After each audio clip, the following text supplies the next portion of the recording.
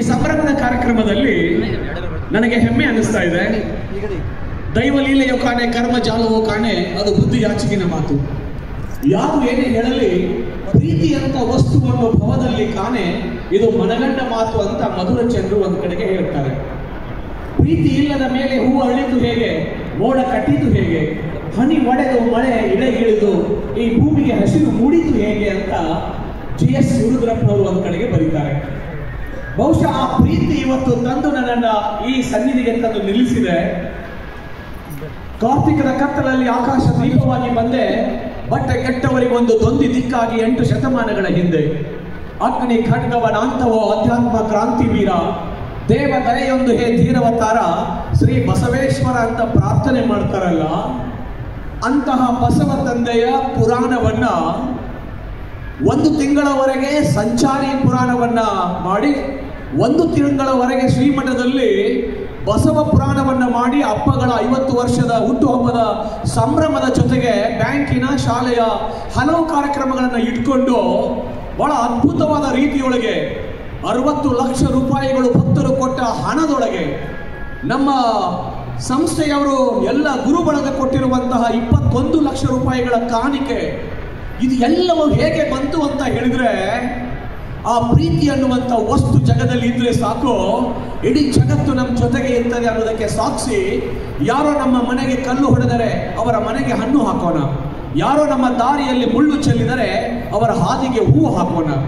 ದ್ವೇಷದಿಂದ ಏನಿದೆ ಈ ಜಗದಲ್ಲಿ, ಪ್ರೀತಿ ಹೊಂದಿದ್ರೆ ಸಾಕು ಇಡೀ ಜಗವೇ ಇದೆ ನಮ್ಮ ಜೊತೆಯಲ್ಲಿ ಅಂತಾರಲ್ಲ. ಅಪ್ಪಗಳು ಗಳಿಸಿದ ಪ್ರೀತಿ, ಅಪ್ಪಗಳು ಸೃಷ್ಟಿ ಮಾಡಿದಂತಹ ಭಕ್ತ ಸಮೂಹ, ಅದು ಅವರು ಗಳಿಸಿಕೊಂಡಿರುವ ಆ ಪ್ರೀತಿಗೆ ಸಾಕ್ಷಿ ಅಂತ ಪರಮ ಪೂಜ್ಯ ಶ್ರೀಮನ್ಯರಂಜನ ಪ್ರಣವ ಸ್ವರೂಪಿ ಶಂಕರ ರಾಜೇಂದ್ರ ಮಹಾಸ್ವಾಮಿಗಳ ಅಡಿದಾವರಿಗಳಿಗೆ ನನ್ನ ಭಕ್ತಿಪೂರ್ವಕ ನಮನಗಳನ್ನು ಈ ಸಂದರ್ಭದಲ್ಲಿ ಅರ್ಪಣೆ ಮಾಡ್ತಾ ಇದ್ದೀನಿ. ನನ್ನನ್ನು ಬಹಳ ಪ್ರೀತಿಯಿಂದ ಮಾನ್ಯ ಶ್ರೀ ಪ್ರಾಚಾರ್ಯರು ವಂದಾಲ್ ಸರ್ ಅವರು ಹೋದ ಬಾರಿ ಕೂಡ ಕರೆದ್ರು, ಆದರೆ ಸಮಯ ಹೊಂದಿ ಹಾಕಲಿಕ್ಕೆ ಆಗಲಿಲ್ಲ. ಮತ್ತೆ ಈ ಬಾರಿ ಸರ್ ಫೋನ್ ಮಾಡ್ತಾರೆ, ಸರ್ ಬರಬೇಕು ನೀವು ಈ ಸಾರಿ ಅಂತ. ಇಲ್ಲ ಸರ್ ಬಹಳ ಒತ್ತಡ ಇದೆ ಅಂತ ಹೇಳಿದೆ. ಕಳೆದ ಬಾರಿನೂ ಹೀಗೆ ಹೇಳಿದ್ರಿ, ಈ ಸಾರಿ ಬರಲೇಬೇಕು ಅಂತ ಹೇಳಿ ಒಪ್ಪಿಸಿ ಬಿಟ್ಟರು ಅವರು. ಆ ಕಾರಣಕ್ಕೆ ನಾನು ಇಲ್ಲಿ ಬಂದು ನಿಂತ್ಕೊಂಡೆ. ಕಳೆದ ಬಾರಿ ನಮ್ಮ ರಮೇಶ್ ಬಡಿಗೇರ್ ಸರ್ ಅವರು ಫೋನ್ ಮಾಡಿದ್ರು. ನಮ್ಮ ಇನ್ನೋರ್ವ ಸ್ನೇಹಿತರು ಹೂವಿನಿಪ್ಪರಿಗಿಂದ ಬಂದವರು ಇನ್ನೊಬ್ರು ಇದ್ದಾರೆ. ಅವರೆಲ್ಲ ಪ್ರೀತಿಯ ಒತ್ತಾಶೆಯ ಮೇರೆಗೆ ಇವತ್ತು ಬಂದು ನಾನು ಇಲ್ಲಿ ಬಂದು ನಿಂತ್ಕೊಂಡಿದ್ದೇನೆ. ಖುಷಿ ಅನಿಸ್ತದೆ. ಭಾಳ ಕಾಲೇಜುಗಳಿಗೆ ನಾನು ಹೋಗಿದ್ದೇನೆ. ಆ ಕಾಲೇಜುಗಳಲ್ಲಿ ವಿದ್ಯಾರ್ಥಿಗಳು ಸಿಳ್ಳೆ ಹಾಕೋದು, ವಿಚಿತ್ರವಾದ ವರ್ತನೆಯನ್ನು ಮಾಡೋದು ನಾನು ಎಲ್ಲ ನೋಡ್ತಾ ಇರ್ತೇನೆ.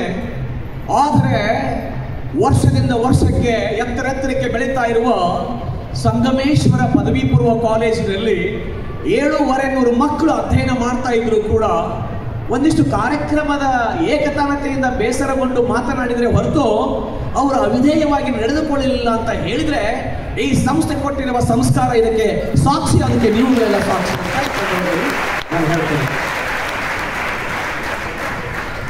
ಬಹಳ ಹೆಮ್ಮೆ ಇದು. ಇಲ್ಲಿ ನೀವು ಇವತ್ತು ಕ್ರೀಡಾ ಚಟುವಟಿಕೆಗಳಿಗೆ ಉದ್ಘಾಟನೆ ಮಾಡ್ತಾ ಇದ್ದೀರಿ, ಸಾಂಸ್ಕೃತಿಕ ಚಟುವಟಿಕೆಗಳ ಉದ್ಘಾಟನೆಯನ್ನು ಮಾಡಿದಿರಿ. ಈಗಾಗಲೇ ಕುಮಾರಿ ಭರತನಾಟ್ಯವನ್ನು ಮಾಡಿದ್ದಾರೆ. ಇಬ್ಬರು ಕಬಡ್ಡಿನಲ್ಲಿ ರಾಷ್ಟ್ರಮಟ್ಟಕ್ಕೆ ಹೋಗಿರುವಂಥ ವಿದ್ಯಾರ್ಥಿಗಳಿಗೆ ಸನ್ಮಾನ ಆಗಿದೆ ಸಾಂಕೇತಿಕವಾಗಿ. PU ಪ್ರಥಮ ವರ್ಷದ ವಿದ್ಯಾರ್ಥಿಗಳಿಗೆ ಹೂ ಕೊಟ್ಟು ಸ್ವಾಗತ ಮಾಡಿದ್ದೀರಿ. ಜೊತೆಗೆ NSS ಅಂತ ಏನಿದೆಯಲ್ಲ, ಸೇವೆ ಮಾಡಬೇಕು ಅಂತ ಹೇಳಿ, ಆ ಸೇವೆ ಮಾಡೋದಕ್ಕೆ NSS ಘಟಕದ ಕಾರ್ಯಕ್ರಮಗಳು ಇವತ್ತು ಆರಂಭವಾಗ್ತಾ ಇದ್ದಾವೆ. ಇಂತಹ ಕಾರ್ಯಕ್ರಮದೊಳಗೆ ನಾನು ಮಾತನಾಡುವಾಗ ನನ್ನ ನೆಲದ ಬಗ್ಗೆ, ನನ್ನ ದೇಶದ ಬಗ್ಗೆ ನಾನು ಮಾತಾಡೋದು ಯಾವಾಗಲೂ ನನ್ನ ಮೊದಲ ಪ್ರೀತಿಯದು. ಹೀಗೆ ಎಲ್ಲ ಗುರುಗಳಿಗೆ, ಎಲ್ಲ ಪ್ರಾಚಾರ್ಯರಾದಿಯಾಗಿ ಸಿಬ್ಬಂದಿ ವರ್ಗದವರಿಗೆ, ಸ್ಟೂಡೆಂಟ್ಸ್ಗಳಿಗೆ ವಂದನೆಗಳನ್ನು ಸಲ್ಲಿಸ್ತಾ ವಿವೇಕಾನಂದ ಒಂದು ಕಡೆಗೆ ಬರೀತಾರೆ, ಭಾರತದ ಧೂಳೆ ನನ್ನ ಸರ್ವೋಚ್ಚ ದೇವಲೋಕ, ಜಗತ್ತಿನ ಜೀವಿಗಳೆಲ್ಲ ತಮ್ಮ ಕರ್ಮವನ್ನು ಸಲ್ಲಿಸಲಿಕ್ಕೆ ಬರಬಹುದಾದ ಒಂದೇ ಒಂದು ಪುಣ್ಯ ಭೂಮಿ ಎಂದರೆ ಅದು ಭಾರತ. ಭಾರತದ ಮಣ್ಣಿನೊಳಗೆ ಮಣ್ಣಾಗಿ, ಧೂಳಿನ ಕಣವಾಗಿ ಮತ್ತೆ ಮತ್ತೆ ಭಾರತದಲ್ಲಿ ಹುಟ್ಟಿ ಬರ್ತೇನೆ ಅಂತ ಸ್ವಾಮಿ ವಿವೇಕಾನಂದರು ಹೇಳ್ತಾರಲ್ಲ, ಅಂತಹ ಪವಿತ್ರ ನೆಲ ಇದು ನನ್ನ ಭಾರತ. ಭಾರತ ನನ್ನ ಶೈಶವದ ತೊಟ್ಟಿಲು, ನನ್ನ ತಾರುಣ್ಯದ ನಂದನವನ, ನನ್ನ ವೃದ್ಧಾಪ್ಯದ ವಾರಣಾಸಿ, ನನ್ನ ಬದುಕಿನ ಪರಧಾಮ ಅಂತ ಕರೀತಾರಲ್ಲ, ಅಂತ ಪವಿತ್ರ ನೆಲ ಇದು ನನ್ನ ಭಾರತ. ಇಡೀ ಜಗವೆಲ್ಲ ಕತ್ತಲೆಯಿಂದ ತುಂಬಿ ಬೆಳಕು ಕಾಣದೆ ಕಂಗೆಟ್ಟಿರುವಾಗ, ನಮಗೆಲ್ಲ ದಾರಿ ತೋರುವ ಬೆಳಕು ಎಲ್ಲಿಂದ ಬರುತ್ತೆ ಅಂತ ಬಂದು ಯಾರಾದರೂ ನನ್ನನ್ನು ಕೇಳಿದ್ರೆ ನನ್ನ ಕೈ ಭಾರತದ ಕಡೆಗೆ ಹೋಗುತ್ತೆ ಅಂತ ಹೇಳ್ತಾರೆ. ಜರ್ಮನಿಯ ಮ್ಯಾಕ್ಸ್ ಮುಲ್ಲರ್ ಅಂತ ಪವಿತ್ರ ನೆಲ ಇದು ನನ್ನ ಭಾರತ ಅಂತ ಹೆಮ್ಮೆಯಿಂದ ಈ ಸಂದರ್ಭದಲ್ಲಿ ನಾನು ಮಾತಾಡಬೇಕಾಗ್ತದೆ. ಯಾಕೆ ಇದನ್ನೆಲ್ಲ ಹೇಳಬೇಕು ಅಂದ್ರೆ, ಇವತ್ತೇನು ಕಾರ್ಯಕ್ರಮದ ಆರಂಭ ಆಗ್ತಾ ಇದೆ, ಇದು ನಿಮ್ಮ ಲೆಫ್ಟ್ ಬ್ರೈನ್ ಅನ್ನ ಟ್ರೈನ್ ಅಪ್ ಮಾಡುವಂತ ಕಾರ್ಯಕ್ರಮ ಅಲ್ಲ. ಲೆಫ್ಟ್ ಬ್ರೈನ್ ಅನ್ನ ಟ್ರೈನ್ ಅಪ್ ಮಾಡ್ತಾರೆ, ಅಂಕಗಳನ್ನ ಗಳಿಸ್ತೀರಾ, ದೊಡ್ಡ ದೊಡ್ಡ ಸ್ಕೋರ್ ಮಾಡ್ತೀರಾ, ನೀವೆಲ್ಲ ರ್ಯಾಂಕ್ ವಿಜೇತರು ಆಗ್ತೀರಾ. ಇದು ಎಡಮೆದುಳನ್ನ ತಯಾರು ಮಾಡುವಂತ ಕಾರ್ಯ. ಆದರೆ ಇವತ್ತೇನು ಉದ್ಘಾಟನೆ ಆಗಿದೆಯಲ್ಲ, ಈ ಕ್ರೀಡೆಗಳು, ಈ ಸಾಂಸ್ಕೃತಿಕ ಚಟುವಟಿಕೆಗಳು, ಈ NSS ಕಾರ್ಯಕ್ರಮಗಳು ಏನಿದಾವಲ್ಲ, ನಮ್ಮ ದೇಹದ ಬಲ ಮೆದುಳನ್ನ ಟ್ರೈನ್ ಮಾಡುವಂತಹ ಕಾರ್ಯಗಳು ಇಲ್ಲಿ ಜರುಗ್ತವೆ. ಯಾವಾಗ ನಮ್ಮ ಎಡ ಮೆದುಳು ಮತ್ತು ಬಲ ಮೆದುಳುಗಳನ್ನ ಎರಡೂ ಆಕ್ಟಿವೇಟ್ ಮಾಡ್ತೇವಲ್ಲ, ಅದು ನಿಜವಾದ ಶಿಕ್ಷಣ. ಆ ಶಿಕ್ಷಣದಲ್ಲಿ ಇದು ನನ್ನ ದೇಶ, ಇದು ನಾನು ಕಲಿತ ಶಾಲೆ, ಇದು ನನ್ನ ಜನ್ಮ ಕೊಟ್ಟ ಊರು, ನನ್ನ ತಾಯಿ, ನನ್ನ ತಂದೆ ಅನ್ನುವ ಪ್ರೀತಿ ಇದೆಯಲ್ಲ, ಅದನ್ನು ಬೆಳೆಸುವಂತಹ ಕಾರ್ಯ ಮಾಡದೆ ಹೋದರೆ ಆ ಶಿಕ್ಷಣಕ್ಕೆ ಅರ್ಥವೇ ಇಲ್ಲ. ಹಾಗೆ ನಾವೆಲ್ಲ ದೇಶವನ್ನು ಪ್ರೀತಿಸಬೇಕು. ಯಾಕೆ ದೇಶವನ್ನು ಪ್ರೀತಿಸಬೇಕು ಅಂತ ಹೇಳಿದ್ರೆ, ಅರ್ನಾಲ್ಡ್ ಟೊಯಾನ್ಬಿ ಒಂದು ಕಡೆಗೆ ಬರೀತಾರೆ, India will conquer all our conquerors, not politically but culturally and spiritually ಅಂತ ಬರೀತಾರೆ. ಯಾರು ಭಾರತವನ್ನು ಗೆದ್ರಲ್ಲ, ಯಾರು ಭಾರತವನ್ನು ಸೋಲಿಸಿದ್ರಲ್ಲ, ಒಂದಿಲ್ಲ ಒಂದು ದಿನ ಭಾರತ ಅವರೆಲ್ಲರನ್ನ ಗೆದ್ದು ನಿಲ್ಲುತ್ತೆ, ಸಾಂಸ್ಕೃತಿಕವಾಗಿ ಮತ್ತು ಆಧ್ಯಾತ್ಮಿಕವಾಗಿ ಅಂತ ಒಬ್ಬ ದೇಶದ, ಪಾಶ್ಚಾತ್ಯ ದೇಶದ ವ್ಯಕ್ತಿ ನಮ್ಮ ದೇಶದ ಬಗ್ಗೆ ಬರೀತಾರೆ. ಚೀನಾದ ರಾಯಭಾರಿ ಒಬ್ಬರು ಹುಷು ಅಂತ ಒಂದು ಸಾರಿ ದೇಶಕ್ಕೆ ಬರ್ತಾರೆ. ಈ ದೇಶದಿಂದ ಹೊರಗೆ ಹೋಗುವಾಗ ವಿಸಿಟರ್ಸ್ ಡೈರಿನಲ್ಲಿ ಅವರು ಬರೀತಾರೆ, without sending a single soldier to China, India was ruling our country by 2000 years ಅಂತ ಬರೀತಾರೆ. ಒಬ್ಬ ಸೈನಿಕನನ್ನು ನಮ್ಮ ದೇಶಕ್ಕೆ ಕಳಿಸದೆ ಭಾರತ ಸಾಂಸ್ಕೃತಿಕವಾಗಿ ನಮ್ಮ ದೇಶವನ್ನು 2000 ವರ್ಷಗಳವರೆಗೆ ಆಳ್ತಾ ಇತ್ತು ಅಂತ ಈ ದೇಶದ ಬಗ್ಗೆ ಬರೀತಾರಲ್ಲ, ಏನಿದು ಭಾರತ? ನನ್ನೊಳಗೆ ಈ ನಾಡಿನ ಹೆಮ್ಮೆ, ಈ ದೇಶದ ಹೆಮ್ಮೆ ಮೂಡಬೇಕಲ್ವಾ? ಏನು ಭಾರತ ಅಂತ ಅರ್ಥ ಆಗಬೇಕಲ್ವಾ ನಮಗೆ? ಅದಕ್ಕಾಗಿ ವಿದ್ಯಾರ್ಥಿಗಳೇ, ನಿಮ್ಮಗಳ ಎದೆಯೊಳಗೆ ಇದು ನನ್ನ ದೇಶ ಅನ್ನುವ ಭಾವ ಮೂಡಬೇಕು ಅನ್ನುವಂಥ ಕಾರಣಕ್ಕೆ ಈ ದೇಶ ಪ್ರೀತಿಯ ಮಾತುಗಳನ್ನು ಹೇಳೋದಕ್ಕೆ ನಾನು ಇಷ್ಟಪಡ್ತಾ ಇದ್ದೇನೆ. ಒಂದು ಸಾರಿ ಒಬ್ಬ ಚೀನಾ ದೇಶದ ಯಾತ್ರಿಕ ಈ ದೇಶಕ್ಕೆ ಬಂದರು. ಅವರನ್ನ ಹೋಗಿ ಒಂದು ದೇವಸ್ಥಾನದ ಮುಂದೆ ನಿಲ್ಲಿಸ್ತಾರೆ. ಎಲ್ಲರೂ ಒಳಗೆ ಹೋಗಬೇಕು ಅನ್ನುವಾಗ ನಿಮ್ಮ ಪಾದರಕ್ಷೆಗಳನ್ನು ಹೊರಗೆ ಬಿಡ್ರಿ ಅಂತ ಹೇಳ್ತಾರೆ. ಎಲ್ಲರೂ ತಮ್ಮ ಪಾದರಕ್ಷೆಗಳನ್ನು ಹೊರಗೆ ಬಿಡ್ತಾರೆ. ಚೀನಾ ದೇಶದ ಯಾತ್ರಿಯ ಕಾಲುಗಳಲ್ಲಿ ನೋಡ್ತಾರೆ, ಅವರ ಕಾಲುಗಳಲ್ಲಿ ಪಾದರಕ್ಷೆಗಳೇ ಇರಲಿಲ್ಲ. ಆಶ್ಚರ್ಯ ಆಗುತ್ತೆ. ಕೇಳ್ತಾರೆ ಅವರು, ದೂರದ ಚೈನಾ ದೇಶದಿಂದ ಬಂದಿದ್ದೀರಿ, ಬಿಸಿಲಿತ್ತು, ಮುಳ್ಳಿತ್ತು, ಕಲ್ಲಿತ್ತು, ನಿಮ್ಮ ಕಾಲುಗಳಲ್ಲಿ ಪಾದರಕ್ಷೆಗಳು ಇಲ್ವಲ್ಲ, ಯಾಕೆ ಅಂತ ಕೇಳಿದ್ರೆ ಚೀನಾ ದೇಶದ ಯಾತ್ರಿಕ ಹೇಳ್ತಾರೆ, ನೋಡಿ, ನಿಮಗೆ ಈ ದೇವಸ್ಥಾನ ಮಾತ್ರ ಪವಿತ್ರವಾಗಿ ಕಾಣಿಸ್ತಾ ಇದೆ, ನಿಮಗೆ ಈ ದೇವಸ್ಥಾನ ಮಾತ್ರ ಪವಿತ್ರವಾಗಿ ಕಾಣಿಸ್ತಾ ಇದೆ. ನಾನು ದೂರದ ಚೈನಾ ದೇಶದಿಂದ ನೋಡಿದಾಗ ಇಡೀ ಭಾರತ ಖಂಡವೇ ನನಗೆ ಪವಿತ್ರ ಭೂಮಿಯಾಗಿ ಕಾಣಿಸ್ತಾ ಇತ್ತು. ನನ್ನ ಪಾದರಕ್ಷೆಗಳನ್ನ ಗಡಿಯಾಚೆ ಬಿಟ್ಟು ಬಂದೆ ಅಂತ ಹೇಳ್ತಾರಲ್ಲ, ಇದು ನನ್ನ ಭಾರತ. ಈ ಪ್ರೀತಿ ನಮ್ಮಲ್ಲಿ ಮೂಡಬೇಕಲ್ವಾ ಅಂತ ಪ್ರೀತಿ. ಒಂದಿಷ್ಟು ದೇಶಗಳು ಇಡೀ ಜಗತ್ತನ್ನ ಹಣದ ಬಲದಿಂದ ಗೆಲ್ಲಬೇಕು ಅಂತ ಹೊರಟಿದ್ದಾವೆ. ಒಂದಿಷ್ಟು ದೇಶಗಳು ಇಡೀ ಜಗತ್ತನ್ನ ಶಸ್ತ್ರಗಳ ಬಲದಿಂದ ಗೆಲ್ಲಬೇಕು ಅಂತ ಹೊರಟಿದ್ದಾವೆ. ಒಂದಿಷ್ಟು ದೇಶಗಳು ಇಡೀ ಜಗತ್ತನ್ನ ಶಕ್ತಿಯ ಬಲದಿಂದ ಗೆಲ್ಲಬೇಕು ಅಂತ ಹೊರಟಿದ್ದಾವೆ. ಒಂದಿಷ್ಟು ದೇಶಗಳು ಇಡೀ ಜಗತ್ತನ್ನ ಭಯೋತ್ಪಾದನೆಯಿಂದ ಗೆಲ್ಲಬೇಕು ಅಂತ ಹೊರಟಿದ್ದಾವೆ. ಆದರೆ ಭಾರತ ಇಡೀ ಜಗತ್ತನ್ನ ಗೆಲ್ಲಬೇಕು ಅಂತ ಹೊರಟಿರೋದು ಅಸ್ತ್ರಗಳ ಬಲದಿಂದಲ್ಲ, ಶಸ್ತ್ರಗಳ ಬಲದಿಂದಲ್ಲ, ಭಯೋತ್ಪಾದನೆಯಿಂದ ಅಲ್ಲ, ಅದು ತನ್ನ ಅಧ್ಯಾತ್ಮದ ಬಲದಿಂದ ಅಂತ ಹೇಳ್ತಾರಲ್ಲ. ಅಧ್ಯಾತ್ಮ ಈ ದೇಶದ ಆತ್ಮ. ಅದಕ್ಕಾಗಿಯೇ ದೇವರು, ತಾಯಿ, ತಂದೆ ಇಂಥ ಗುರು ಸಾನ್ನಿಧ್ಯ ಇವತ್ತು ನಾವೆಲ್ಲ ಬಯಸ್ತಾ ಇದ್ದೇವೆ ಅನ್ನುವಂಥ ಮಾತುಗಳನ್ನು ಈ ಸಂದರ್ಭದಲ್ಲಿ ಹೇಳಿ. ಸ್ಟೂಡೆಂಟ್ಸ್, ಈ ನೆಲ, ಈ ತಾಯಿ ನಮಗೆ ಜನ್ಮ ಕೊಟ್ಟಿದ್ದಾಳೆ, ಈ ನೆಲದ ಋಣವನ್ನು ತೀರಿಸಬೇಕು ಅನ್ನುವಂಥ ಮಾತನ್ನ ಹೇಳ್ತಾ, ವಾಜಪೇಯಿ ಅನ್ನುವಂಥ ಪ್ರಧಾನಮಂತ್ರಿಗಳಿದ್ರಲ್ಲ, ಅವರು ಬರೀತಾರೆ, ಅಮ್ಮ ಭಾರತ ಮಾತೆ, ನೀನು ಕೋಟಿ ದೇವತೆಗಳ ಹೆತ್ತೊಡಲು, ಹಿಮಾಲಯವೇ ನಿನ್ನ ಕಿರೀಟ, ಕಾಶ್ಮೀರವೇ ನಿನ್ನ ಲಲಾಟ, ಬರ್ಮಾ ಬಲೂಚಿಸ್ತಾನಗಳೇ ನಿಮ್ಮ ಭುಜಗಳು, ಗಂಗೆ ಯಮುನೆಯರೇ ತಾಯಿ ಭಾರತ ಮಾತೆಯ ಕೊರಳ ಮಾಂಗಲ್ಯ, ದೆಹಲಿ ಅವಳ ಹೃದಯ, ನಾಗಪುರ ಅವಳ ನಾಭಿ, ವಿಂಧ್ಯ ಪರ್ವತವೇ ಅವಳ ಸ್ವಂಟ, ಪೂರ್ವದಿಂದ ಪಶ್ಚಿಮಕ್ಕೆ ಹರಿಯುತ್ತಿರುವ ನರ್ಮದಾ ನದಿ, ತಾಯಿ ಭಾರತ ಮಾತೆಯ ಸೊಂಟದಲ್ಲಿ ಮಿನುಗುತ್ತಿರುವ ಚಿನ್ನದ ಡಾಬು, ಅವಳ ಕಾಲುಗಳೇ ಪೂರ್ವ ಪಶ್ಚಿಮ ಘಟ್ಟಗಳು, ಪಾದ ಪದ್ಮಗಳೇ ಕನ್ಯಾಕುಮಾರಿ. ಶ್ರೀಲಂಕಾ ತಾಯಿ ಭಾರತೀಯ ಚರಣಕ್ಕೆ ಆ ದೇವರು ಅರ್ಪಿಸಿದ ಸುಂದರವಾದ ಗುಲಾಬಿಯ ಹೂ. ಸಮುದ್ರ ದೇವಿ ತಾಯಿ ಭಾರತೀಯ ಕಾಲುಗಳನ್ನು ತೊಳಿತಾ ಇದ್ದಾಳೆ. ವಾಯುದೇವ ಚಾಮರವನ್ನ ಬೀಸ್ತಾ ಇದ್ದಾನೆ. ಸೂರ್ಯಚಂದ್ರರು ಆರತಿಯ ಗತಿ ತಿಲಕವನ್ನಿಡ್ತಾ ಇದ್ದಾರೆ. ಏ ವಂದನ್ ಕಿ ಭೂಮಿ ಹೈ, अभिनंदन की भूमि है, अर्पण की भूमि है और एकमात्र तर्पण की भूमि है. बिंदु बिंदु गंगा है, कंकर कंकर शंकर है. जिएंगे तो इसके लिए, मरेंगे तो इसके लिए ಅಂತ ಹೇಳಿ ಸತ್ತ ಮೇಲೆ ನನ್ನ ದೇಹದ ಅಸ್ಥಿಗಳನ್ನ ಗಂಗೆಯ ನೀರಿನಲ್ಲಿ ತೇಲಿ ಬಿಟ್ಟಾಗ ಹರಿದು ಹೋಗುತ್ತಿರುವ ನನ್ನ ಅಸ್ಥಿಗಳಿಗೆ ಹೋಗಿ ಒಂದು ಬಾರಿ ನೀವು ಕಿವಿಗೊಟ್ಟು ಕೇಳಿದ್ರೆ ಅಲ್ಲಿಂದ ಬರುವ ಒಂದೇ ಒಂದು ಮಾತು, ಅದು ಭಾರತ್ ಮಾತಾ ಕಿ ಜೈ ಅಂತ ಕವಿ ಬರೀತಾರಲ್ಲ. ಇದು ಇಂತಹ ಭಾರತದ ಪ್ರೀತಿಯನ್ನ ನಿಮ್ಮೊಳಗೆ ತುಂಬಿಕೊಂಡು ಸ್ಟೂಡೆಂಟ್ಸ್ ನೀವೆಲ್ಲ ಇವತ್ತು ಪ್ರಥಮ PUC ಬಂದಿದ್ದೀರಾ, ಸೆಕೆಂಡರಿಯಲ್ಲಿ ಇದ್ದೀರಾ. ನಾನು ಕೇಳೋದು ಇಷ್ಟೇ, 3 ಥರದ ಸ್ಟೂಡೆಂಟ್ಸ್ಗಳು ಕಾಲೇಜಿಗೆ ಬರ್ತಾರೆ. ಆ 3 ಥರದ ಸ್ಟೂಡೆಂಟ್ಸ್ ಅಲ್ಲಿ ಯಾರು ಹೇಗೆ ಇರ್ತಾರೆ ಅಂದ್ರೆ, ಮಳೆಯ ನೀರಿನ ಹನಿಗಾಗಿ ಕಾಯ್ದಿರುವಂತ ಸ್ಟೂಡೆಂಟ್ಸ್ಗಳು. ಮಳೆಯ ನೀರಿನ ಹನಿಗಳು ಬಂದು ಕಾಯ್ದ ರೊಟ್ಟಿ ಮಾಡುವ ಹಂಚಿನ ಮೇಲೆ ಬೀಳ್ತವೆ. ಬಿದ್ದಾಗ ಏನಾಗುತ್ತೆ, ಆ ನೀರಿನ ಹನಿಗಳು ಮುತ್ತುಗಳ ತರ ಹೊಳಿತವೆ. ಇನ್ನೊಂದ್ಸಾರಿ ತಿರುಗಿ ನೋಡೋದ್ರೊಳಗನೆ ಅವು ಆವಿಯಾಗಿ ಹೋಗ್ಬಿಟ್ಟಿರ್ತವೆ.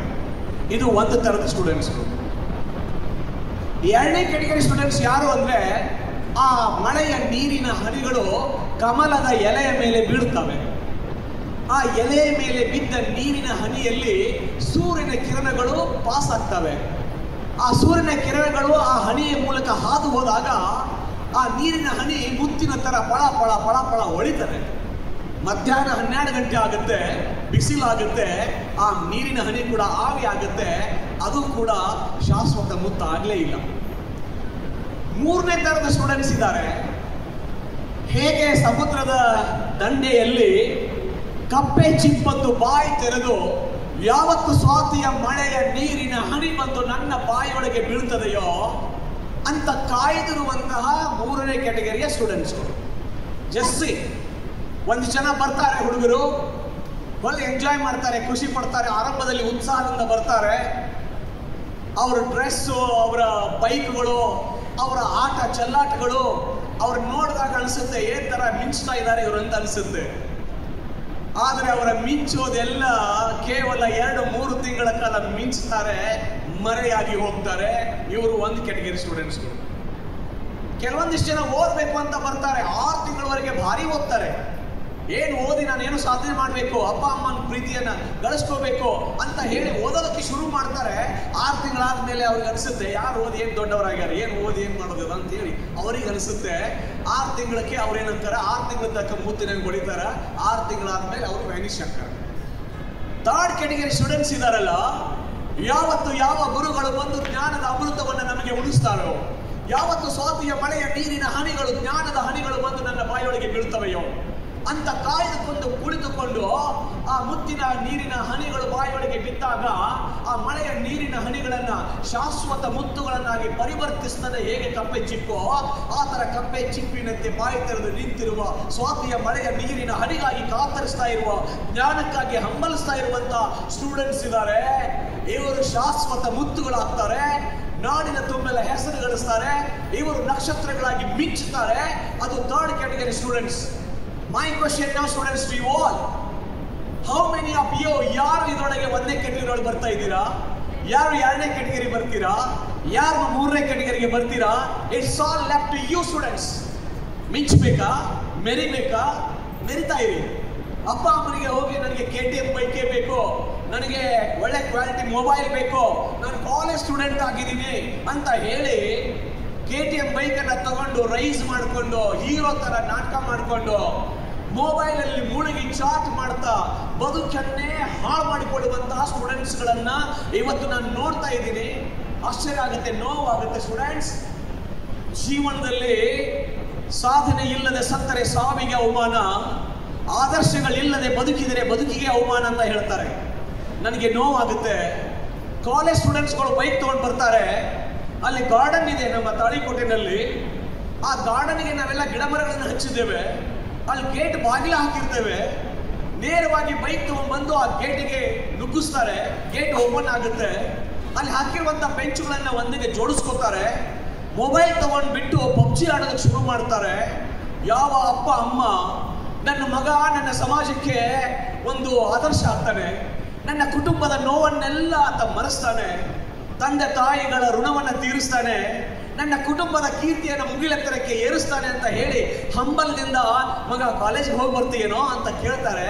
ಅಪ್ಪ ಕಾಲೇಜಿಗೆ ಹೋಗಿ ಬರ್ತೀನಿ ಅಂತ ಹೇಳಿ ಕಾಲೇಜಿಗೆ ಚಕ್ಕರ್ ಹೊಡೆದು ಗಾರ್ಡನ್ ಅಲ್ಲಿ ಬಂದು ನಿಂತ್ಕೊಂಡು ಪಬ್ಜಿ ಆಡ್ತಾ ಯಾವುದೋ ಒಂದಿಷ್ಟು ಇತ್ತೀಚೆಗೆ ಅವು ಯಾವುದೋ ಸ್ಟಿಂಗ್ ಅನ್ನುವಂತ ಒಂದು ಕೋಲ್ಡ್ ಡ್ರಿಂಕ್ಸ್ ಬಂದಿದೆ.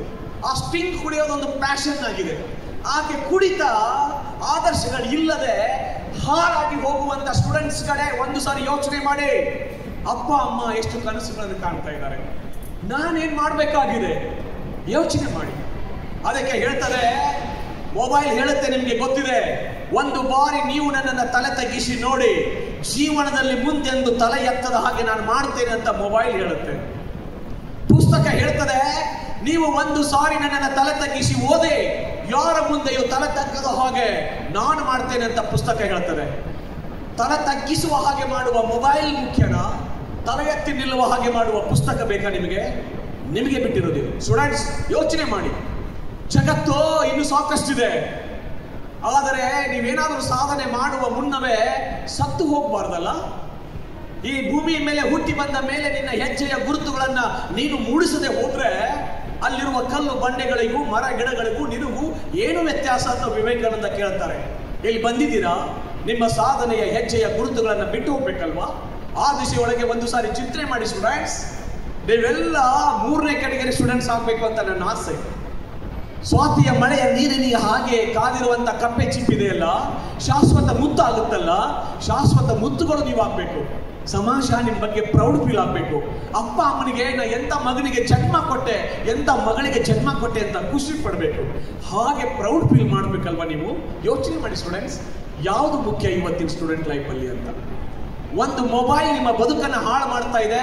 ಮೊಬೈಲ್ ಬಳಕೆಯನ್ನು ನೀವು ನಿಯಂತ್ರಿಸದೇ ಇದ್ರೆ ನಿಮ್ಮ ಬದುಕಿನ ದೊಡ್ಡ ಸಾಧನೆಗಳು ಸಾಧ್ಯವೇ ಆಗೋದಿಲ್ಲ. ಅದಕ್ಕಾಗಿ ಇವತ್ತು ಯೋಚನೆ ಮಾಡಿ ಅಂತ ನಿಮಗೆ ಬಿಡ್ತಾ ಇದ್ದೀನಿ ಒಂದು ಕಡೆಗೆ.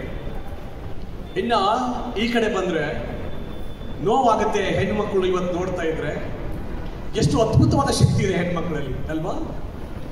ನಮಗೆ ಶಕ್ತಿ ಬೇಕು ಅಂದಾಗ ನಾವು ಪೂಜೆ ಮಾಡೋದು ದುರ್ಗೆಯನ್ನ, ನಮಗೆ ಜ್ಞಾನ ಬೇಕಂದಾಗ ಪೂಜೆ ಮಾಡೋದು ಸರಸ್ವತಿಯನ್ನ ಅಲ್ವಾ? ನನಗೆ ಹಣ ಬೇಕು ಅಂದಾಗ ಪೂಜೆ ಮಾಡುವುದು ಲಕ್ಷ್ಮಿಯನ್ನ. ಗಂಗೆ, ತುಂಗೆ, ಗೋದಾವರಿ ಎಲ್ಲ ನದಿಗಳಿಗೆ ಹೆಣ್ಣು ಮಕ್ಕಳ ಹೆಸರನ್ನ ಇಟ್ಟು ಅಂತ ಪೂಜ್ಯ ಭಾವದಿಂದ ನೋಡ್ತಾ ಇರುವಂತ ದೇಶದಲ್ಲಿ ಹುಟ್ಟಿರುವಂತ ನಾವುಗಳು, ಈ ದೇಶದ ಸಂಸ್ಕೃತಿಯನ್ನು ಉಳಿಸಬೇಕಾದವರು ನೀವುಗಳಲ್ವಾ?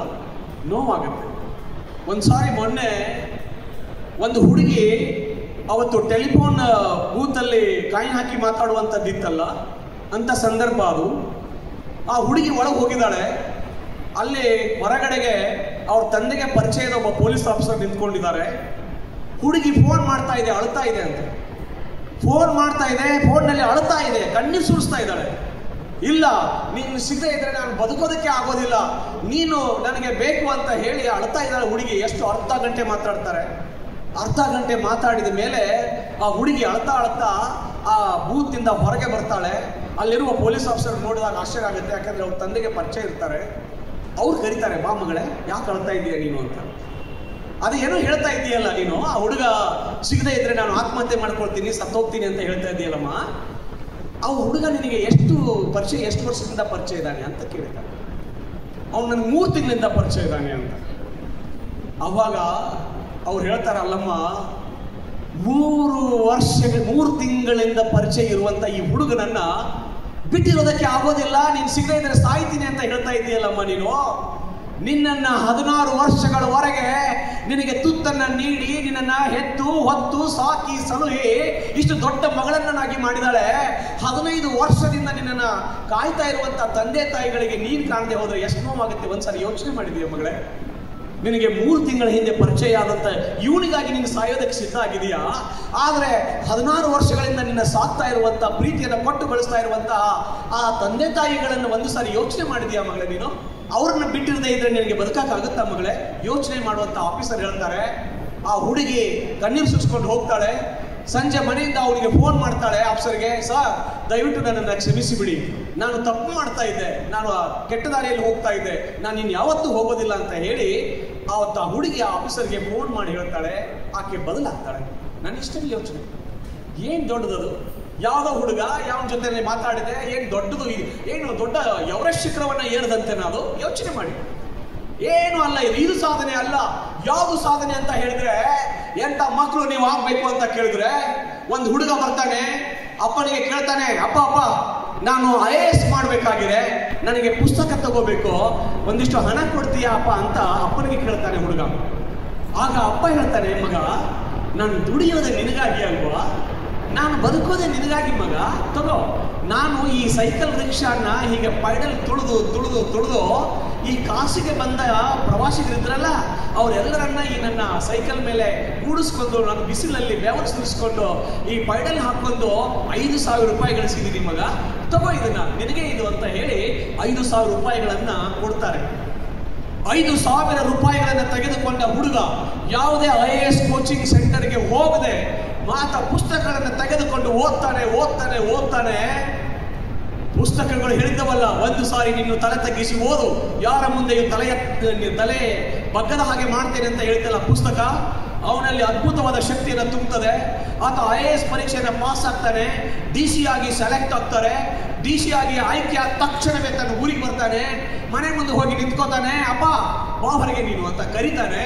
ಕುತ್ಕೊ ನೀನು ಮೇಲೆ ಸೈಕಲ್ ರಿಕ್ಷಾ ಮೇಲೆ ಕುತ್ಕೋಬೇಕು ಅಪ್ಪ ನೀನು ಅಂತ ಅಪ್ಪನನ್ನ ಕೂರಿಸ್ಕೊಂಡು ಇದುವರೆಗೆ ಅಪ್ಪ ನೀನು ಸೈಕಲ್ ಪೈಡಲ್ಗಳನ್ನ ತುಳಿತಾ ಬೆವರಲ್ಲಿ ಸುರಿಸಿ ನನ್ನನ್ನು ಓದಿಸಿದೀಯಲ್ಲ, ಇವತ್ತು ಇಡೀ ಕಾಶಿಗೆ ಗೊತ್ತಾಗ್ಬೇಕು, ವಾರಣಾಸಿಗೆ ಗೊತ್ತಾಗ್ಬೇಕು, ಬೆವರ ಸುರಿಸಿದ ದುಡಿತದಲ್ಲಿ ಕಲಿತ ಮಗನೊಬ್ಬ ತಂದೆಯ ಋಣವನ್ನ ಹೇಗೆ ತೀರಿಸ್ತಾ ಇದ್ದಾನೆ ಅಂತ ಗೊತ್ತಾಗ್ಬೇಕು. ಕೂತ್ಕೋ ಅಪ್ಪ, ಇಡೀ ವಾರಣಾಸಿಯ ತುಂಬೆಲ್ಲ ಸೈಕಲ್ ಪೈಡಲ್ ಅನ್ನ ತುಳ್ಕೊಂಡು ನಾನು ನಿನ್ನನ್ನ ಮೆರವಣಿಗೆ ಮಾಡ್ಕೋತ ಬರ್ತೀನಿ. ಹೇ ಇಸ್ ಮೈ ಫಾದರ್ ಅಂತ ಹೇಳ್ಕೊಂಡು ಬರ್ತೀನಿ ಅಪ್ಪ, ಕೂತ್ಕೋ ಅಂತ ಹೇಳಿದ್ನಲ್ಲ ಮಗ ಗೋವಿಂದ್ ಜೈಸ್ವಾಲ್. ಅಂತ ಮಕ್ಕಳಾಗ್ಬೇಕ್ರಿ ನಾವು. ಅಪ್ಪನ ಋಣವನ್ನ ತೀರಿಸ್ಬೇಕು. ಯೋಚನೆ ಮಾಡಿ ಸ್ಟೂಡೆಂಟ್ಸ್ ಒಂದ್ಸಾರಿ, ಯಾವುದು ಆದರ್ಶ ಅಂತ, ಯಾವುದು ಆದರ್ಶದ ಬದುಕು? ನನಗೆ ನೋವಾಗುತ್ತೆ. I don't know why our students ಯಾರೋಗಳನ್ನ ಹೀರೋಗಳನ್ನ ಮಾಡ್ಕೊಂಡಿದ್ದಾರೆ. ನನಗೆ ಬೇಜಾರಾಗುತ್ತೆ, ನೋವಾಗುತ್ತೆ. ನಮ್ಮ ವಿಜಯಲಕ್ಷ್ಮಿ ಮೇಡಮ್ ನಿಮಗೆ ಅಭಿನಂದನೆ ಸಲ್ಲಿಸ್ತೀನಿ. Mujawar sir, I think Mujawar sir is also beautiful anchoring and very ತುಂಬ ಚಂದದ ವಯಸ್ಸಲ್ಲಿದೆ, ಅಭಿನಂದಿಸ್ತೇನೆ. ಯಾರು ಆದರ್ಶ? ಒಂದ್ಸಾರಿ ನಾನು ನನ್ನ ಸ್ಕೂಲಲ್ಲಿ ಮೇಲೆ ಹೋಗ್ತಾ ಇದ್ದೆ, ಒಂದು ಹುಡುಗಿ ಬಂತು, ನಮ್ಮ ಸ್ಟೂಡೆಂಟು. ಆಕೆ ಚಾಕ್ಲೇಟ್ ಹಂಚ್ತಾ ಇದ್ರು. ಗರ್ಲ್ಸ್ ಈ ಕಡೆ ಕೇಳಿ, ಇಲ್ಲಿ ನೋಡಿ, ಈ ಕಡೆ ಚಾಕ್ಲೇಟ್ ಹಂಚ್ತಾ ಇದ್ರು. ಯಾರೋ ಆ ಹುಡುಗಿ. ಯಾಕೆ ಚಾಕ್ಲೇಟ್ ಹಂಚ್ತಾ ಇದೀಯ ಅಮ್ಮ ಅಂತ ಕೇಳಿದೆ. ಆ ಹುಡುಗಿ ಹೇಳ್ತಾಳೆ, ಬಹಳ ಪ್ರೀತಿಯಿಂದ ಹೇಳಿದ್ರೆ, ಯಾಕೇನು ಪಾಪ ಬೇಜಾರಿರ್ಲಿಲ್ಲ, ಸರ್ ಇವತ್ತು ನಮ್ಮ ಹೀರೋ ಯಶ್ಗೂ ಬರ್ತ್ಡೇ ಇದೆ ಸರ್, ಅದಕ್ಕೆ ನಾನು ಚಾಕ್ಲೇಟ್ ಹಂಚ್ತಾ ಇದ್ದೀನಿ ಅಂತ. ನಾನಂದ್ರೆ ನಮ್ಮ ಸ್ಟೂಡೆಂಟ್ಸ್ಗಳಿಗೆ ಯಾರು ರಿಯಲ್ ಹೀರೋಗಳು, ಯಾರು ರೀಲ್ ಹೀರೋಗಳು ಅಂತ ಗೊತ್ತಿಲ್ವಲ್ಲ ಅಂತ ನೋವಾಯ್ತು ನನಗೆ. ಯಾರು ರೀಲ್ ಹೀರೋಗಳು, ಯಾರು ರಿಯಲ್ ಹೀರೋಗಳು ಅಂತ ಯೋಚನೆ ಮಾಡ್ರಿ. ನಮ್ಮ ಸ್ಟೂಡೆಂಟ್ಸ್ಗಳು ತಮ್ಮ ಮೊಬೈಲಲ್ಲಿ ಯಾವುದೋ ಫಿಲ್ಮ್ ಹೀರೋಗಳ ಫೋಟೋಗಳನ್ನು ಹಾಕೊಂಡು ಬೆರೀತಾರೆ. ಅವ್ರು ಓದೋ ರೂಮಲ್ಲಿ ಯಾವುದೋ ಸುದೀಪಂದೋ, ಯಾವುದೋ ಸಲ್ಮಾನ್ ಖಾನೋ, ಯಾವುದೋ ಶಾರುಖ್ ಖಾನ್ಗಳ ಫೋಟೋಗಳನ್ನು ಹಾಕೋತಾರೆ. ಅವ್ರ ಥರ ಹೇರ್ ಸ್ಟೈಲ್ ಮಾಡ್ಬೇಕಂತಾರೆ, ಅವ್ರ ಥರನೇ ಮೆರಿಬೇಕು ಅಂತಾರೆ. ಅವರನ್ನು ಆದರ್ಶವಾಗಿ ಇಟ್ಕೊಂಡಿರುವಂಥ ನೀವುಗಳು ರೀಲ್ ಹೀರೋಗಳನ್ನ ನಿಮ್ಮ ಆದರ್ಶ ಇಟ್ಕೊಂಡಿರಿ. ರಿಯಲ್ ಹೀರೋಗಳು ನಿಮ್ಮ ಆದರ್ಶ ಆಗಬೇಕು. ವೇದಾಂತದ ಡಿಂಡಿಮವನ್ನು ಹಿಡಿದು ಭಾರತವೆಂದರೆ ಹಾವಾಡಿಗರ ದೇಶ, ಕುಂಗಿ ಊದುವವರ ದೇಶ, ದಟ್ಟ ದರಿದ್ರರ ದೇಶ, ಅನಾಗರಿಕರ ದೇಶ ಅಂತ ಹೇಳಿ ಯಾವತ್ತು ಪಾಶ್ಚಾತ್ಯ ಜಗತ್ತು ಭಾರತದ ಬಗ್ಗೆ ಮೂಗು ಮುರಿತಾ ಇತ್ತಲ್ಲ, ಅಲ್ಲಿ ಹೋಗಿ ವೇದಾಂತದ ಡಿಂಡಿಮವನ್ನು ಬಾರಿಸಿ ಇಡೀ ಜಗತ್ತೇ ಭಾರತದ ಕಡೆಗೆ ನೋಡುವ ಹಾಗೆ ಮಾಡಿದ ಸಿಡಿಲ ಸಂತ ಸ್ವಾಮಿ ವಿವೇಕಾನಂದರು ನಮ್ಮ ಆದರ್ಶ ಆಗಬೇಕು. ಇವತ್ತು ನಿಮ್ಮ ಗೋಡೆಗಳ ಮೇಲೆ, ನಿಮ್ಮ ಮೊಬೈಲ್ಗಳಲ್ಲಿ ಅವ್ರ ಫೋಟೋ ಇರ್ಬೇಕ್ರಿ. You are omnipotent, you are omniscient. You can drink the ocean and you can break the mountain into free space. ಏನ್ ಹೇಳ್ತಾರೆ ಅವರು? ನೀನು ಸರ್ವಶಕ್ತ, ನೀನು ಸರ್ವಜ್ಞ, ಬೆಟ್ಟವನ್ನ ಕುಟ್ಟಿ ಪುಡಿ ಮಾಡಬಲ್ಲೆ, ಸಮುದ್ರದ ನೀರನ್ನೆಲ್ಲ ಕುಡಿದು ಬಿಡಬಲ್ಲೆ, ಅಷ್ಟು ಶಕ್ತಿ ನಿನ್ನೊಳಗಿದೆ, ನೋಡ್ಕೊ ಒಂದ್ಸಾರಿ ನಿನ್ನೊಳಗೆ ಅಂತ ವಿವೇಕಾನಂದರು ಹೇಳಿದ್ರಲ್ಲ, ಅವರು ಆದರ್ಶ ಆಗ್ಬೇಕ್ರಿ ನಮಗೆ. ಆಶ್ಚರ್ಯ ನಿಮ್ಗೆ. ಒಂದು ಹುಡುಗ ಮನೆಯಲ್ಲಿ ಮಲ್ಕೊಂಡಿದ್ದಾನೆ, ಮಗ ಮಲ್ಕೊಂಡ್ರೆ ಅಪ್ಪ ಎಚ್ಚರ ಇರ್ತಾನೆ, ಅಪ್ಪ ಮಲ್ಕೊಂಡ್ರೆ ಮಗ ಎಚ್ಚರ ಇರ್ತಾನೆ. ಅವ್ರ ಮಧ್ಯದೊಳಗೆ ಒಂದು ಆಡ್ಮರಿ ಕಟ್ಟಿರ್ತಾರೆ. ಆಡ್ಮರಿನೂ ಕೋಳಿಗಳು ಅದೇ ಮನೆಯಲ್ಲಿ 10 ಮನೆಯಲ್ಲಿ. ಅಲ್ಲಿ ಅಪ್ಪ ಮಲ್ಕೊಂಡ್ರೆ ಮಗ ಎಚ್ಚರ, ಮಗ ಮಲ್ಕೊಂಡ್ರೆ ಅಪ್ಪ ಎಚ್ಚರ. ಹಾಗೆ ಬಡತನದ ದಲಿತ ಕುಟುಂಬದಲ್ಲಿ ಹುಟ್ಟಿದ ಒಬ್ಬ ಹುಡುಗ ಓದೋದು ಅಂದ್ರೆ ಇಷ್ಟು ಹುಚ್ಚಿಡಿಸ್ಕೊತಾನೆ, ಓದ್ತಾನೆ. ಸ್ಕಾಲರ್ಶಿಪ್ ತಗೊಂಡು ಆತ ಅಮೆರಿಕೆಯ ಕೊಲಂಬಿಯಾ ವಿಶ್ವವಿದ್ಯಾಲಯಕ್ಕೆ ಹೋಗ್ತಾನೆ. ಕೊಲಂಬಿಯಾ ವಿಶ್ವವಿದ್ಯಾಲಯಕ್ಕೆ ಹೋದಾಗ ಅಲ್ಲಿ ಲೈಬ್ರರಿ ನೋಡ್ತಾನೆ. ಲೈಬ್ರರಿ ನೋಡಿದಾಗ ಅನ್ಸುತ್ತೆ, ಅಪ್ಪ ಎಷ್ಟೊಂದು ಪುಸ್ತಕಗಳು. ಕುರುಡನಿಗೆ ಕಣ್ಣು ಬಂದಾಗ, ಮೂಗನಿಗೆ ಬಾಯಿ ಬಂದಾಗ ಎಷ್ಟು ಖುಷಿ ಆಗುತ್ತಲ್ಲ, ಹಾಗೆ ಇಷ್ಟೊಂದು ಪುಸ್ತಕಗಳು ಓದಿ ಬಿಡಬೇಕು ಅಂತ ಆತ ಯೋಚನೆ ಮಾಡ್ತಾನೆ. ಲೈಬ್ರರಿಯಲ್ಲಿ ಆತ ಓದೋಕೆ ಕೂತ್ಕೊಂಡ್ರೆ ರಾತ್ರಿ 8 ಗಂಟೆಗೆ ಬಂದು ಲೈಬ್ರರಿಯನ್ ಸರ್ ಟೈಮ್ ಆಗಿದೆ ಮನೆಗೆ ಹೋಗಿ ಅಂತ ಹೇಳುವವರೆಗೂ ಕೂಡ ಪುಸ್ತಕವನ್ನು ಅಲ್ಲಿ ಓದ್ತಾ ಕೂತ್ಕೋತಾನೆ. ಹಾಗೆ ಅಲ್ಲಿ ಆತ PhD ಮಾಡಿಕೊಂಡು ಡಾಕ್ಟರೇಟ್ ಪಡ್ಕೋತಾನೆ. ಅಲ್ಲಿಂದ ಲಂಡನ್ಗೆ ಹೋಗ್ತಾನೆ, ಅಲ್ಲಿ ಒಂದು ಡಾಕ್ಟರೇಟ್ ಪಡ್ಕೋತಾನೆ. ಅಲ್ಲಿ ಮತ್ತೆ ವಕೀಲಿಕೆಯ ಹುದ್ದೆಯನ್ನು ಪಡ್ಕೋತಾರೆ. ಅಲ್ಲಿಂದ ಭಾರತಕ್ಕೆ ಬರ್ತಾರೆ. ಭಾರತಕ್ಕೆ ಬಂದು ಭಾರತದ ಸಂವಿಧಾನ ರಚನೆಯ ಶಿಲ್ಪಿ ಅಂತ ಅನಿಸ್ಕೊಂಡು ಅವರು ಏನು ಒಂದು ಸಾಧನೆಯನ್ನ ಮಾಡಿದ್ರಲ್ಲ, ಡಾಕ್ಟರ್ BR ಅಂಬೇಡ್ಕರ್ ಅವರನ್ನ ಯಾವ ವಿಶ್ವವಿದ್ಯಾಲಯದಲ್ಲಿ ಕಲ್ತಿತ್ತಲ್ಲ, ಕೊಲಂಬಿಯಾ ವಿಶ್ವವಿದ್ಯಾಲಯ, ಅಲ್ಲಿಗೆ ಅವರನ್ನ ಮತ್ತೆ ಕಳಿಸ್ತಾರೆ. ಮತ್ತೊಂದು ಬಾರಿ ಗೌರವ ಡಾಕ್ಟರೇಟ್ ಕೊಡ್ತಾರೆ. ಅವರ ಪುತ್ಥಳಿಯನ್ನ ವಿಶ್ವವಿದ್ಯಾಲಯದಲ್ಲಿ ನಿರ್ಮಾಣ ಮಾಡ್ತಾರೆ. ಇದುವರೆಗೆ ಆ ವಿಶ್ವವಿದ್ಯಾಲಯದಲ್ಲಿ ಅತಿ ಹೆಚ್ಚು ಪುಸ್ತಕಗಳನ್ನು ಓದಿರುವಂತ record it is still in the name of doctor BR Ambedkar. ಅದಕ್ಕೆ ಹುಚ್ಚುಗಳಾಗಿ ಓದಬೇಕು. ಹಾಗೆ ಓದುವಂಥದ್ದು ಯಾರೇ ಆದರ್ಶ ಆಗ್ಬೇಕು ನಮಗೆ? ಯೋಚನೆ ಮಾಡಿ. ಒಂದು ಸಾರಿ ಸ್ಟೂಡೆಂಟ್ಸ್ಗಳೇ ನೀವುಗಳೆಲ್ಲ ಅಂತ ಈ ಸಂದರ್ಭದಲ್ಲಿ ನಾನು ಹೇಳ್ತಾ, ಬಹಳ ಚಂದದ ವಾತಾವರಣ ಇದೆ ಕಾಲೇಜಿನಲ್ಲಿ. ಎಲ್ಲ ಅದ್ಭುತವಾದ ರೀತಿಯೊಳಗೆ ನೀವೆಲ್ಲ ಸ್ಪಂದಿಸ್ತಾ ಇದ್ದೀರಾ. So many students. ಅದ್ರಾಗ ಆಗ್ಲೇ ಫಸ್ಟ್ ಮಾತಾಡಿದಳಲ್ಲ ಹುಡುಗಿ ಅವಿ, ಅದು ಯಾರು, ಅದು ಏನು ಆಕೆ ದಿ ಬೆಸ್ಟ್ ಲೆಕ್ಚರರ್ ಆಗೋದಕ್ಕೆ ಆಕೆಗೆ ಅರ್ಹತೆ ಇದೆ. ಈಗಲೇ ಇಷ್ಟು ಮಾತಾಡ್ತಾಳೆ. PUC ನಲ್ಲಿ ಆಕೆಗೆ ಒಂದು ಅದ್ಭುತವಾದಂಥ ಶಕ್ತಿ ಇದೆ. ಯಾಕೆ ಅಂದ್ರೆ PUC ನಲ್ಲಿ ಬಂದು ಸ್ವತಂತ್ರ ವಿಚಾರಗಳನ್ನ ಮಾತಾಡಬೇಕಾದ್ರೆ ಶಕ್ತಿ ಬೇಕು. ಆ ಹುಡುಗಿ ಮಾತಾಡ್ತಾ ಇತ್ತು, ಅದಕ್ಕೆ ಅಭಿನಂದಿಸ್ತೇನೆ. ಕೊನೆಗೆ ಲಾಸ್ಟ್ ಹುಡುಗಿ ಮಾತಾಡಿದ್ರು. ಆ ಹುಡುಗಿ ಕೂಡ ತುಂಬಾ ಸ್ಟೈಲು, ಆಕೆನ ನಿಮಗೆ ಪ್ರೆಸೆಂಟ್ ಮಾಡುವಂತ ಸ್ಕಿಲ್ ಅದ್ಭುತವಾಗಿತ್ತು. ಇವೆಲ್ಲಗಳನ್ನ ಕಲಿಸೋದಕ್ಕೆ, ಈ ಲೀಡರ್ಶಿಪ್ ಕ್ವಾಲಿಟೀಸ್ಗಳನ್ನ ಕಲಿಸೋದಕ್ಕೆ NSS ಇರ್ತದೆ, ಬೇರೆ ಬೇರೆ ಸಾಂಸ್ಕೃತಿಕ ಚಟುವಟಿಕೆಗಳು ಇರ್ತವೆ. ಹಾಗೆ ಬದುಕ್ರಿ, ನಮ್ಮ ಬದುಕಿನ ಆದರ್ಶಗಳು ಇವ್ರು ಆಗ್ಬೇಕು ಅಂತ ಒಂದ್ಸಾರಿ ನಿಮಗೆ ಹೇಳ್ತಾರೆ. ನಿಮಗೆ ಹಾಗೆ ನಿಮ್ಮ ಮೇಲೆ ಒಂದ್ಸಾರಿ ನಿಮಗೆ ನೆನಪು ಮಾಡ್ತೇನೆ.